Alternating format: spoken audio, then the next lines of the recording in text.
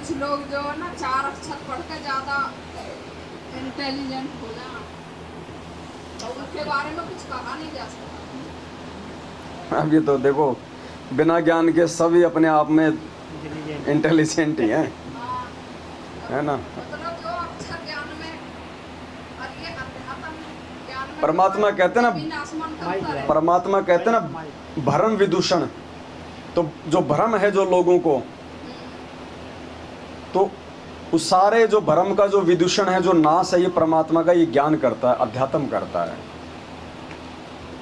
वही बात है, परमात्मा कहते हैं डॉक्टर है, अब डॉक्टर के पास जाओ, अब साहब वहाँ पे वो झाड़ा लगा देता है, ठीक कर देता है, वो झाड़ का दर्द मंत्र बोल के ठीक कर देता है, वो नहीं मानता। अरे सब बकवासबाजी, सब ऐसे ही है। और जब उसके खुद की झाड़ में दर्द हो जाए, डॉक्टर ऊपर हाथ खड़ा कर दे, और फिर उसको कोई कहे कि यार हमारे गांव में एक झाड़ का दर्द ठीक करता है, झाड़ा मारते ही वो कहे भाई साहब ले चलो यार। जब खुद के ऊपर आती है ना, तब वो भूल जाता है साइंस, विज्ञान, इंजीनियर, वकील, वैज्ञानिक, सब भूल जाते हैं फिर आदमी। मालिक कहते हैं यूं तो चाहे रोज पूरी दुनिया मरो, जब खुद का नंबर आवे ना, जब कालजा कापे है। तो ये अध्यात्म है बहन जी। मालिक कहते हैं यहाँ का पीएचडी का ज्ञान समझना आसान है, ये परमात्मा का ज्ञान समझना ये बड़ा दूभर है। एक 80 साल का अनपढ़ बुजुर्ग, उसको ये ज्ञान समझ में आ जाए, और एक जिला कलेक्टर को नहीं आए तो नहीं आए। ये पिछले संस्कारों से, पिछले जन्म से होते हैं पूर्ण हंस मुराद। वर्तमान की पढ़ाई लिखाई से, पद पोस्ट से ये ज्ञान समझ में आने का कोई लिंक नहीं है। ये तो मालिक की आत्माओं को समझ में आएगा ये चीज़। मालिक कहते हैं ना, एक ही परिवार में भाई, मालिक कहते हैं ना कोयल के बच्चे रू कव्वे के बच्चे। तो जो कोयल का बच्चा होता है, वो तो आवाज़ सुनते ही वो तो दौड़ पड़ता है। बाकी ऐसी बात नहीं है, संस्कार धीरे धीरे बन रहे हैं। आज नहीं तो 2 दिन बाद में परमात्मा दया तो बख्शते ही है, ऐसी बात नहीं है। बच्चे उम्मीद तो यही है, देखो ना हो तो भी हमने दुखी नहीं होना बहन जी। ना दुखी नहीं है। मालिक कहते हैं सबसे पहले अपना आत्म कल्याण है। मगर जी हम अकेले आए, अकेले जाएंगे। बिल्कुल, ये तो सबने ही है। हकीकत तो यही है, परमात्मा यही हमारे को समझाने के लिए आते हैं, यही समझाने के लिए तो आते हैं बहन जी परमात्मा। नहीं मिले और नहीं खत्म हो जाएंगे। बिल्कुल,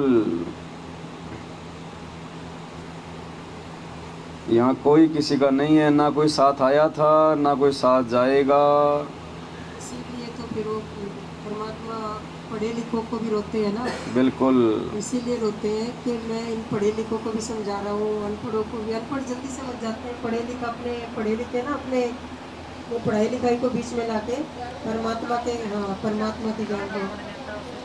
तो फिर इसीलिए परमात्मा वो कहते हैं ना कि मैं तुम्हें बच्चों समझा रहा हूँ, मैं रो रहा हूँ।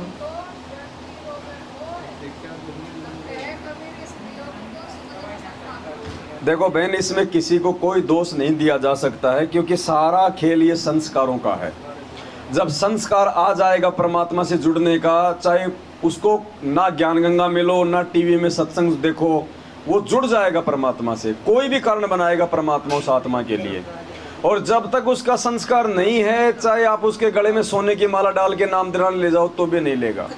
और ले लेगा तो वो टिकेगा नहीं। एक छोटा सा पॉइंट उठ के आ गया इस हाँ। पॉइंट पे कि जैसे अभी कि मैं रोवत हूँ सृष्टि को, ये सृष्टि रोए मोहे। हाँ, तो परमात्मा को जैसे पता था कि आगे चल के परमात्मा अंतर्यामी है जी। परमात्मा को मालूम था कि आगे चल के ये मेरे बच्चे जो है ये मतलब मानेंगे नहीं मेरे ज्ञान को इतनी आसानी से, और रो रो कर मैं इनको समझाऊंगा।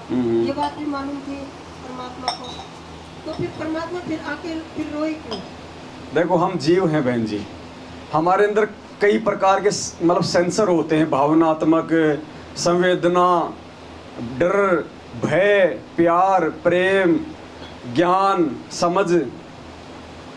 क्योंकि हम जीव हैं, तो परमात्मा ने वो सारी चीज़ें पहले लागू की कि हो सकता है ये लोग इसी तरह से मेरे नज़दीक आ जाएं कि देखो हमारा बाप हमारे लिए कितना दुख जो है वो दुख उठा रहा है, वो कितना परेशान हो रहा है, कितना वो तड़प रहा है, और हम नालायक जो है उसको हम उसको समझ नहीं रहे। अब आज जैसे आज गुरु जी आज हिसार जेल में बैठे हैं, अब हमें पता है कि वो परमात्मा है, हमारे को पहले भी पता था कि वो परमात्मा है, लेकिन हमने संगत को जगाने के लिए भावनात्मक रूप से हमने लोगों की आंखों में आंसू डाले कि भाई वो परमात्मा 2006 में हमारे लिए अपने छाती के बाल तक उसने उड़वाए, पूरी जेल में परमात्मा झाड़ू निकाला करता था, आज भी परमात्मा का 30 दिन तक रिमांड हो रहा है, परमात्मा नीचे टूटी हुई फर्श पे सो रहा है, क्योंकि हम जीव हैं। परमात्मा को पता है कि कौन सा कांटा कौन सी आत्मा के वो किस समय लग जाए, कौन से शब्द की उसको जो है वो चोट लग जाए। तो इसलिए परमात्मा ये सारी रोल, सारी भूमिका, ये हर प्रकार के मतलब ये नाटक करते हैं परमात्मा। और बिल्कुल ये हकीकत भी है, बाप आके समझा रहा है, 650 साल पहले समझा गया, तीनों युगों में पहले आ गया, आज 27 साल से परमात्मा हमारे लिए क्या क्या नहीं कर रहा। मतलब ये एक तरह से काल को धोखा देने के लिए रोना भी है, हंसना भी है। देखो परमात्मा ने अपने आप को छुपाना है बहन जी। अगर परमात्मा आते ही परमात्मा वाले काम करने लग गया तो पूरी दुनिया उनके पीछे लग जाएगी। फिर ये कैसे डिसाइड होगा कि कौन तो ज्ञान से जुड़ा है और कौन खाली देखा देखी में जुड़ा है, कौन सतलोक जाने के लायक है, कौन लायक नहीं है। क्योंकि यहाँ तो चमत्कार को नमस्कार है बहन जी। फिर ज्ञान कौन समझेगा? वही 650 साल पहले वाली कहानी हो जाएगी। जब तक सुख थे तब तक तो भगवान, और छोटी सी परीक्षा ली तो बढ़वा।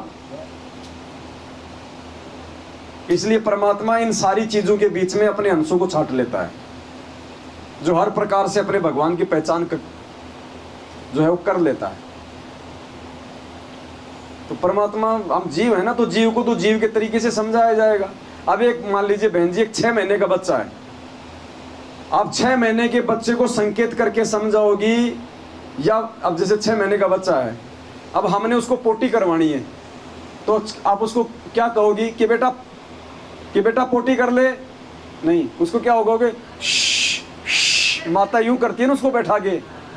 तो ऐसे परमात्मा हमारी मानसिक स्थिति के अनुसार, हमारे संस्कारों के अनुसार इस प्रकार की परमात्माएं भूमिकाएं करते हैं कि क्या पता ये कौन सी बात से इसके अंदर जो है वो कसक बैठ जाए। जैसे कुएं में बाल्टी गिर जाती है तो भाई वो तो एक कड़ा भी डाल सकता है, लेकिन वो 10-20 कांटे क्यों होते हैं उसके, ना जाने कौन से में फंस जाए।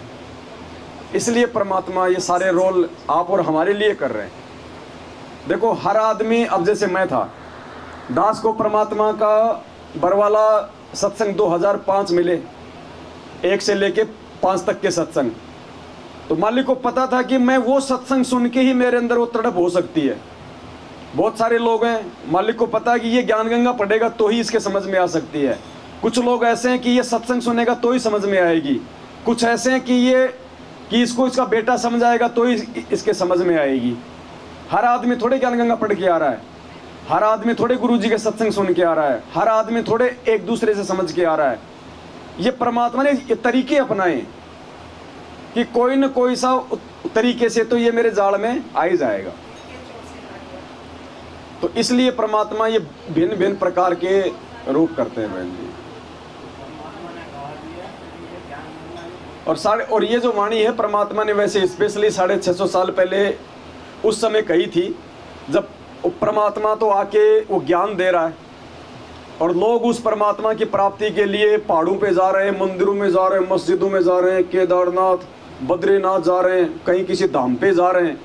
तो परमात्मा कहा करता था कि नालायकों, मैं तो तुम्हें घर बैठे ये ज्ञान दे रहा हूँ कि मैं भगवान हूँ, और तुम भगवान की प्राप्ति के लिए कहाँ धक्के खा रहे हो।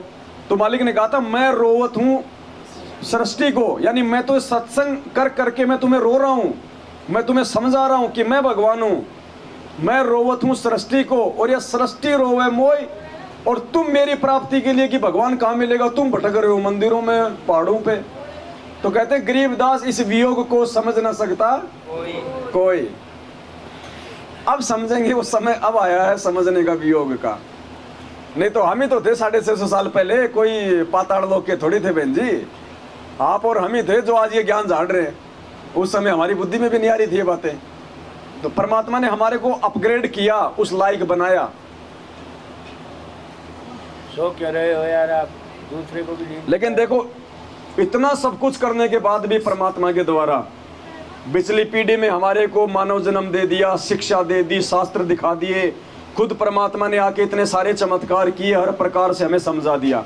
उसके बाद भी हमारी सबसे बड़ी कमजोरी रह जाएगी अगर हमने इस परमात्मा को परमात्मा के रूप में स्वीकार नहीं किया तो।